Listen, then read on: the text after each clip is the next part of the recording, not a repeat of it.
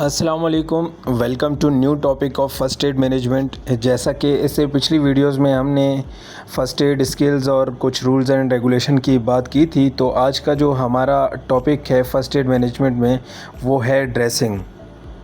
First aid management में ना जो वर्ड मैनेजमेंट है, किसी भी चीज़ को मैनेज करने के लिए, जैसे कि हमारे पास यहाँ पे मैनेज करने के लिए क्या इक्विपमेंट्स होंगे, तो उनमें सबसे पहले हमारे पास आ जाती है ड्रेसिंग।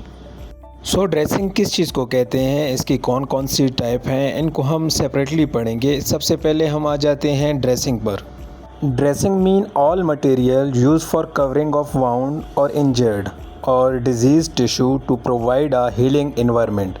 ड्रेसिंग का मतलब किसी भी ज़ख़म को कवर करने के लिए जो मटेरियल यूज़ होता है, ना कि सिर्फ ज़ख़म को, डिज़ीज़ टिश्यू को, उसको एक हीलिंग एनवायरनमेंट प्रोवाइड करने के लिए जो मटेरियल हम यूज़ करते हैं उसे ड्रेसिंग कहा जाता है। अच्छा, अब आगे अगर आपने ड्रेसिंग करनी है तो इसके लिए कुछ ख़ुसूसियात होनी चाहिए, कुछ स्पेसिफ़िक प्रॉपर्टी होनी चाहिए, तो उन प्रॉपर्टीज़ को भी हम डिस्कस कर लेते हैं।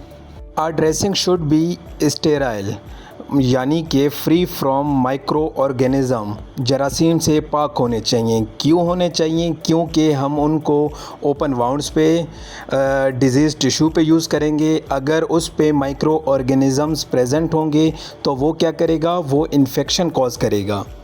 अब हर वक्त तो आपके पास फ़र्स्ट एड बॉक्स अवेलेबल नहीं होगा। आप किसी ऐसी जगह पे जा रहे हैं, आपके पास कोई स्टेराइल ड्रेसिंग मौजूद नहीं है, तो ये कह रहा है कि if a sterile dressing is not available, use a clean cloth, example handkerchief, wash cloth और टावल। तो आप क्या कर सकते हैं, आपने क्योंकि खून को तो आपने रोकना है, ये ना हो कि ब्लीड की वजह से उसकी डेथ कॉज हो जाए, तो आपने रुमाल, कोई साफ़ कपड़ा, टावल आप यूज़ कर सकते हैं। क्योंकि ज़रूरी है कि सबसे पहले हम खून को बंद करेंगे, फिर हम देखेंगे इन्फेक्शन को। तो क्लियर है यहाँ तक? नेक्स्ट है हमारे पास, a dressing should be larger than the wound. अब यहाँ पे सिंपल है, ये कह रहा है कि आपका जो ज़ख़म है, आपने उससे बड़ी ड्रेसिंग अप्लाई करनी है उस पे। फ़र्ज़ करें आपका जो ज़ख़म है वो 1 इंच का है और आप उस पे हाफ़ इंच जो है ड्रेसिंग अप्लाई कर रहे हैं, तो वो क्या करेगा, वो आपका जो ज़ख़म होगा, जो वाउंड होगा, वो उसको कवर नहीं कर पाएगा। तो आपने हमेशा जो है, जो आपका वाउंड है, ज़ख़म है, उससे लार्जर जो है ड्रेसिंग अप्लाई करनी है। नेक्स्ट है हमारे पास, a dressing should be thick, soft and compressible, so pressure is evenly distributed over the wound. अब यहाँ पे बहुत इंपॉर्टेंट बात है कि हम अक्सर इस तरह करते हैं, ड्रेसिंग को इतना टाइट करते हैं कि वहाँ की जो ब्लड सर्कुलेशन होती है, ब्लड सप्लाई होती है, वो रुक जाती है। तो ये कह रहा है कि थिक, सॉफ्ट एंड कंप्रेसिबल, जब ये तीनों चीज़ें एक ड्रेसिंग में आपकी होंगी तो जो आपका ब्लड सर्कुलेशन होगा वो इवनली डिस्ट्रीब्यूट होगा। अब यहाँ पे जो कंप्रेसिबल है उसका मतलब जो स्ट्रेचेबल क्वालिटी होती है, जो, तो उससे क्या होगा, जो आपकी ब्लड सर्कुलेशन होगी वो मुतासिर नहीं होगी। अब हम आ जाते हैं ड्रेसिंग पर्पसेस, कि ड्रेसिंग क्यों यूज़ करते हैं हम। Dressing is very important for controlling the bleeding. तो जो ब्लीडिंग हो रही होती है उसको कंट्रोल करने के लिए ड्रेसिंग बहुत ज़रूरी है।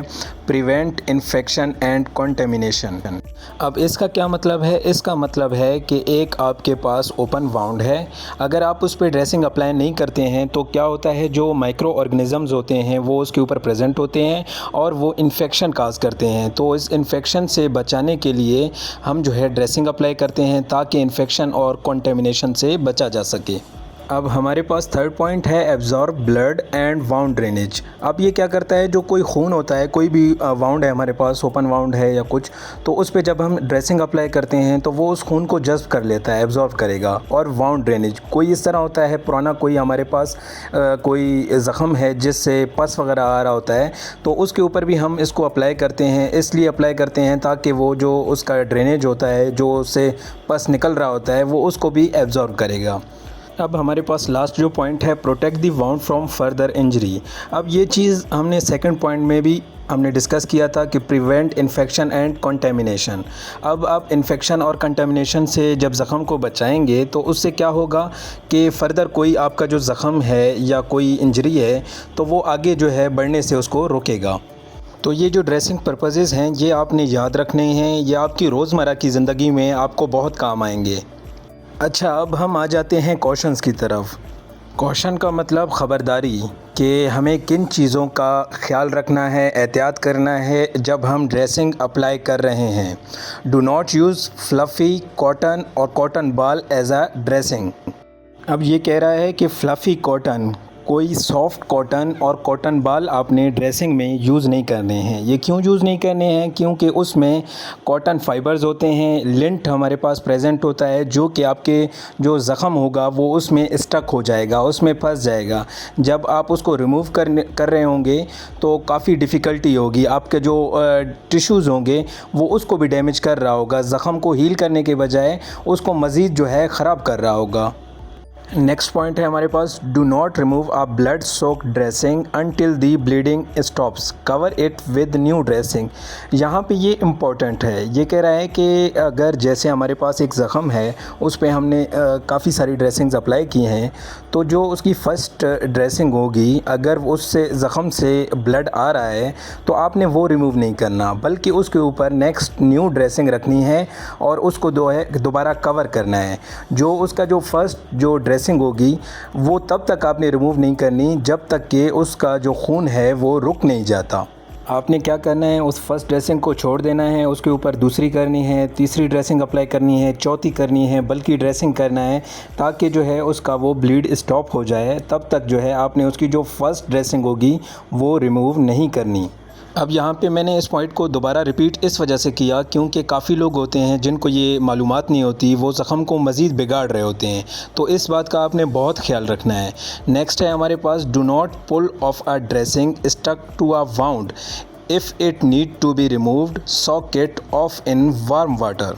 यहाँ पे ये क्या कह रहा है कि अगर मिसाल के तौर पर आपने एक ड्रेसिंग कर दी है, ठीक है, अब उस ड्रेसिंग को कभी भी अचानक इस तरह रिमूव नहीं करना आपने।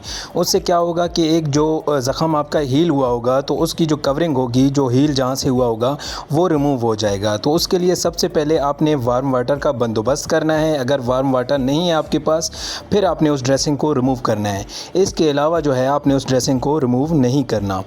Thank you for watching. ये था आज का हमारा टॉपिक ड्रेसिंग पर। आने वाली वीडियो में हम ड्रेसिंग की टाइप्स पढ़ेंगे।